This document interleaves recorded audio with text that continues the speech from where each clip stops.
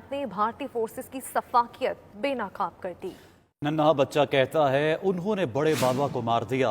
शहीद बशीर अहमद के बेटे ने बताया भारतीय फोर्सेस ने वालिद को गाड़ी से उतार कर शहीद किया।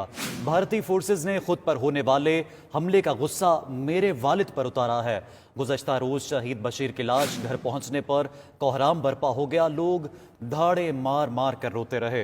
कश्मीरियों के भारत मुर्दाबाद के नारे और हम क्या चाहते आज़ादी के नारों से फिजा गूंज उठी। बड़े पापा थे ना सुबह आपके साथ? उनको क्या किया? वो मार किया। हाँ? वो मार किया था।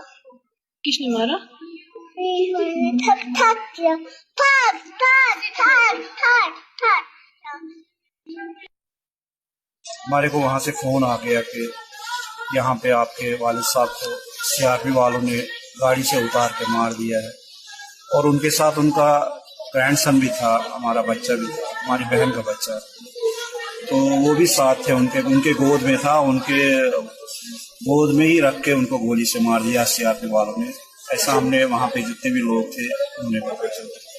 उससे पहले जो है वहाँ पे जंगजू ने हमने सुना है कि उन पे हमला किया था सिक्योरिटी फोर्सेस पे, अब उनके कुछ लोग मर गए हैं वहाँ पे। उनका जो उनको गुस्सा था हमारे वालिद साहब पे उतार दिया और उनको गाड़ी से नीचे उतार के गोलियों से भून डाला।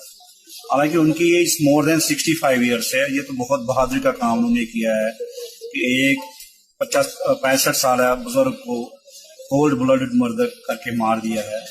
इतनी बहादुर है हिंदुस्तान की फौज।